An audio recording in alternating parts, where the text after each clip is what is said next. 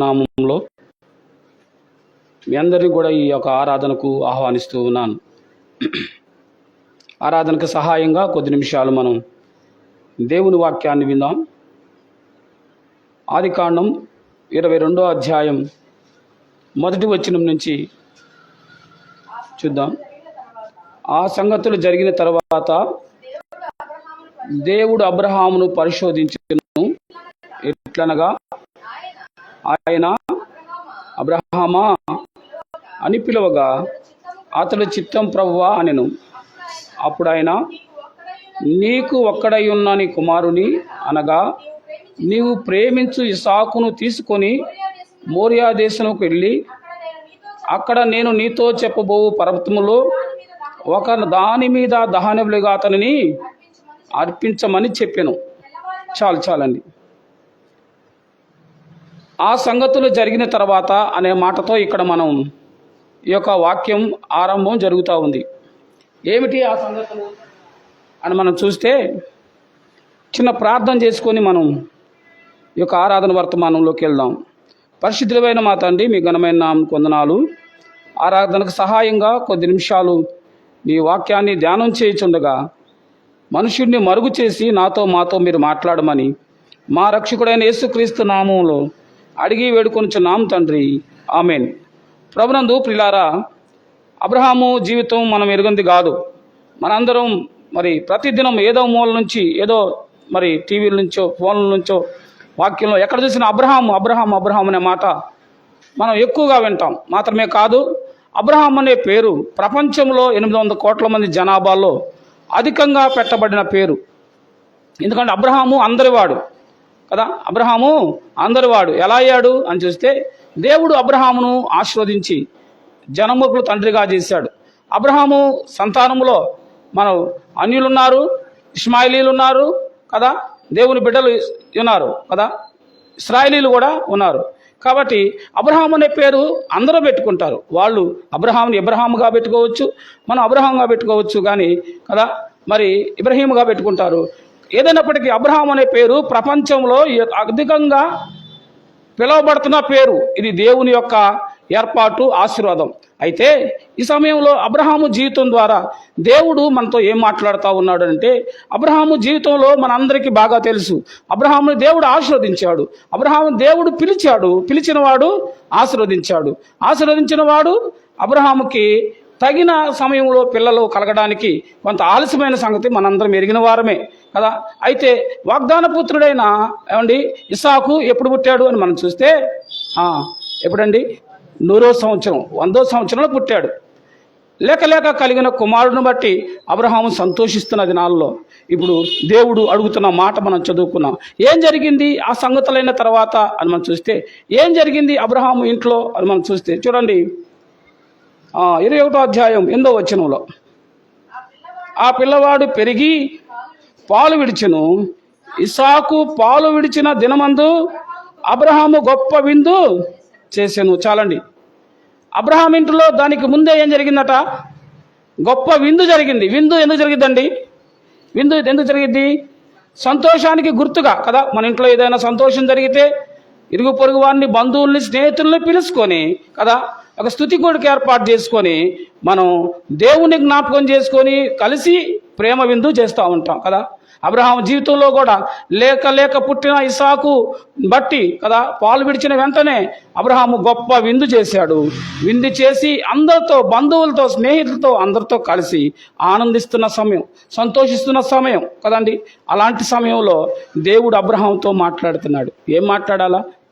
ఏం మాట్లాడతాడు? ఎదురు చూస్తామండి. మనమైతే అబ్రహాము చాలా కాలం నుంచి ఎదురు చూసావు కదా, ఇచ్చాను కదా నీకు బిడ్డను, ఆనందిస్తున్నావు, నువ్వు ఎలా ఫీల్ అవుతున్నావు అని అడుగుతారు కదా. ఎవరైనా బహుమానం ఇచ్చినప్పుడు, మేము ఇచ్చిన బహుమానం ఎలా ఉంది, పనిచేస్తుందా, బాగుందా, మీకు నచ్చిందా, మీరు దాన్ని బట్టి ఆనందిస్తున్నారా అని అడుగుతాం కదా.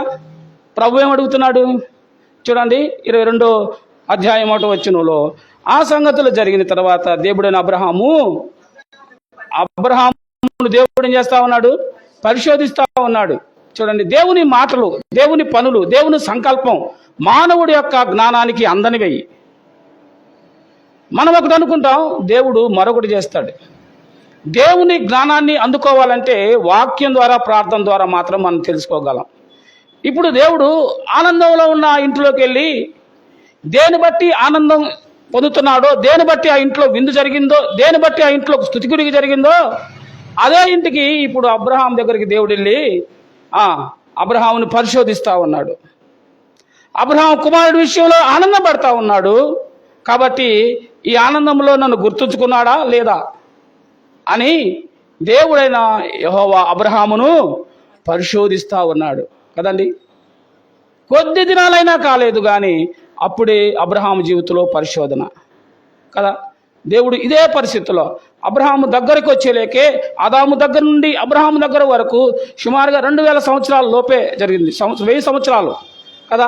అలాంటి పరిస్థితుల్లో చూడండి, దేవుడైన యెహోవా ఆయన కూడా ఎంత సంతోషించాడు. ఆ సమయంలో ఏం జరిగింది మనం ఆదికాండంలో మనం చూస్తే 26వ అధ్యాయం నుంచి 1వ అధ్యాయం 26వ వచనం నుంచి చూద్దాం.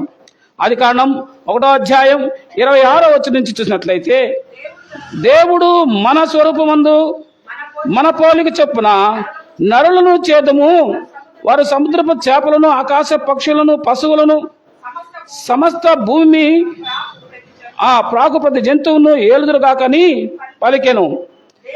దేవుడు తన స్వరూపమందు నరుని సృజించెను, దేవుని స్వరూపమందు వాని సృజించెను, స్త్రీని గాను పురుషుని గాను వారిని సృజించెను. దేవుడు వారిని ఆశీర్వదించెను. ఎట్లనగా మీరు ఫలించి అభివృద్ధి చెంది విస్తరించి భూమి నింపించి దానిని లోనుపరచండి.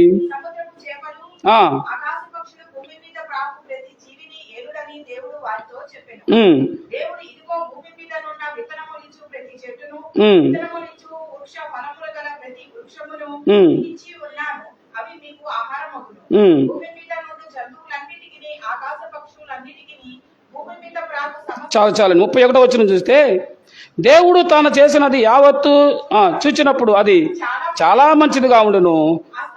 ఏమండి, చాలు.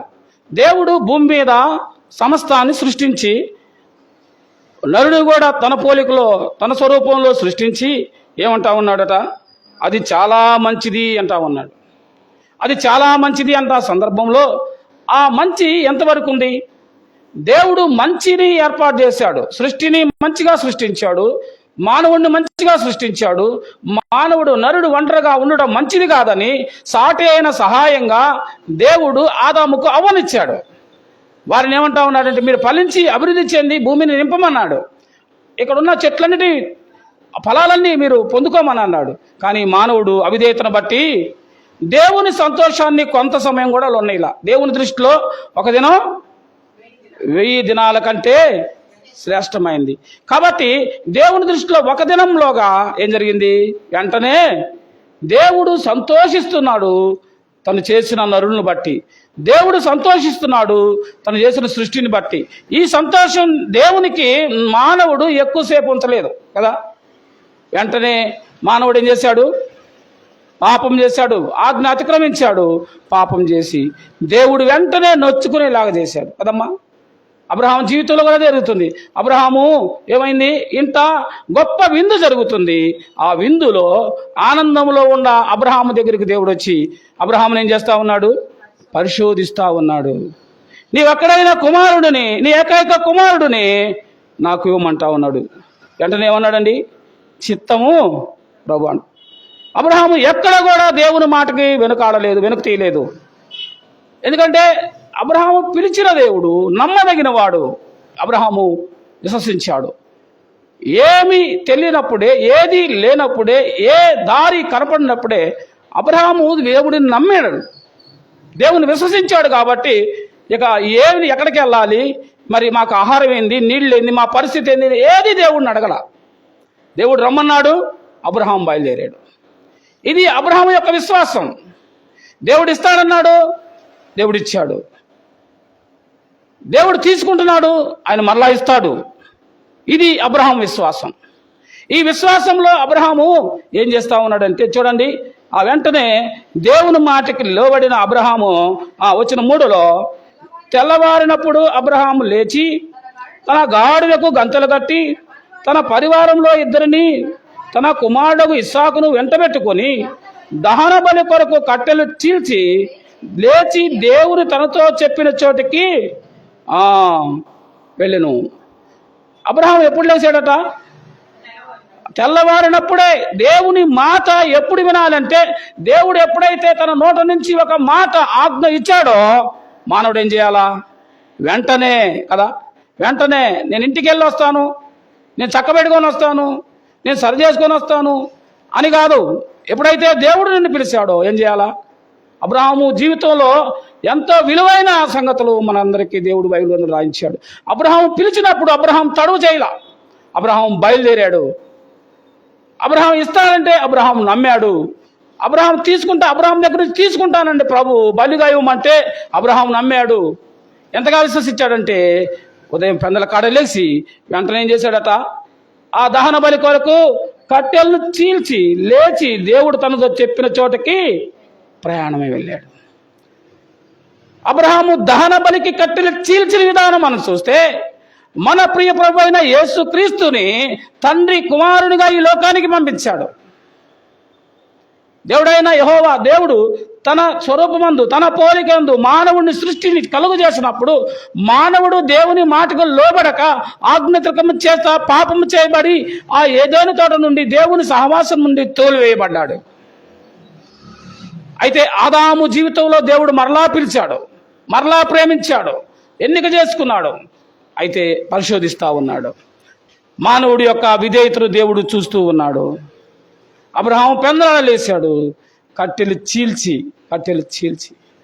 మన తండ్రి అయిన దేవుడు కూడా తన ప్రియ కుమారుడైన యేసుక్రీస్తు ప్రభువుని ఈ లోకానికి సర్వ మానవాళ యొక్క పాప విమోచన కొరకు, ఆయన రక్తం చిందుట కొరకు, దెబ్బలు తినుట కొరకు, ఆయన ప్రాణం పెట్టుట కొరకు తన ప్రియ కుమారుడైన యేసు ప్రభువుని ఈ లోకానికి పంపించాడు. అయితే యేసు ప్రభువారు కూడా తండ్రి మాటకు లోబడి ఎక్కడ కూడా వెనుకాడకుండా ఆయన ఏం చేశాడు? ప్రతిదినం ఆయన పెందల కడని లేచి తన పనిని ప్రారంభించా ఉన్నాడు. ఆయన రాత్రి అంతా కొండకు వెళ్ళి ప్రార్థన చేస్తాడు.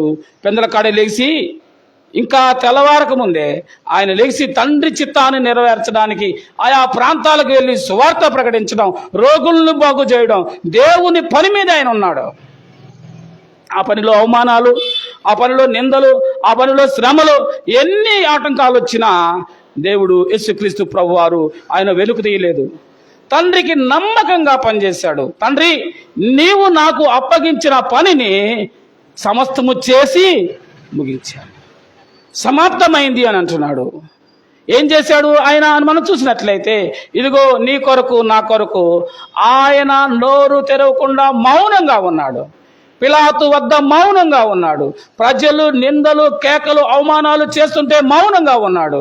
ఆయన మీద లేనిపోయిన మాటలు మాట్లాడుతుంటే మౌనంగా ఉన్నాడు. అందుకే యెషయా భక్తుడు అంటున్నాడు 53వ అధ్యాయంలో, గొర్రె బొచ్చు కత్తిరించు వాని ఎదుట మౌనంగా ఉన్నట్లు అతడు నోరు తెరవక మౌనంగా ఉన్నాడమ్మా. ఎందుకు ఆయన మౌనంగా ఉన్నాడంటే, నా పాప విమోచన కొరకు మన ప్రియ ప్రభువు మౌనంగా ఉన్నాడు.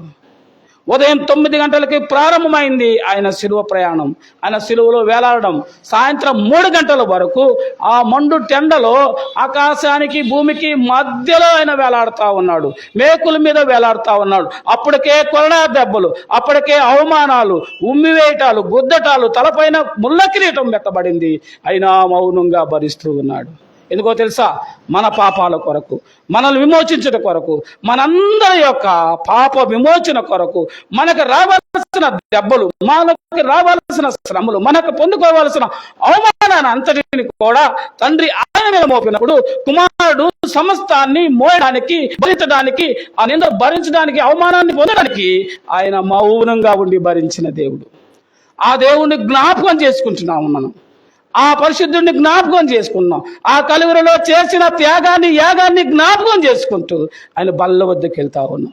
బల్ల వద్దకు వెళ్ళేటప్పుడు ఎలా వెళ్ళాలి అని మనం చూస్తే, కొరింథీయులకు రాసిన మొదటి పత్రిక 11వ అధ్యాయం 28వ వచనం చూస్తే, ఇది యేసు క్రీస్తు యొక్క శరీరమని, ఆయన యొక్క రక్తమని వివేచింపగా తాగేవాడు తనకు తానే శిక్షావిధి కలుగు చేసుకుంటాడు. కాబట్టి ఇది ప్రభు యొక్క శరీరము, ఇది ప్రభు యొక్క రక్తమని వివేచించి తనను తాను పరీక్షించుకొని ఆ బల్లలో చేయి వేయాలి. భయముతో వణుకుతో ఆయన బల్ల వద్దకు రావాలి. కాబట్టి ఈ ఉదయకాల సమయం ముందు ఆయన బల్ల వద్దకు వెళ్దాం. ప్రతి ఒక్కరు కూడా కళ్ళు మూసుకున్నట్లయితే ప్రార్థన చేసుకొని మనం ఆరాధనలో భాగమైన ఆయన శరీర రక్తాలకు సాదృశ్యంగా ఉన్న రసపాత్రలోకి మనం ప్రవేశిస్తూ ఉన్నాం. కాబట్టి ఎవరు కూడా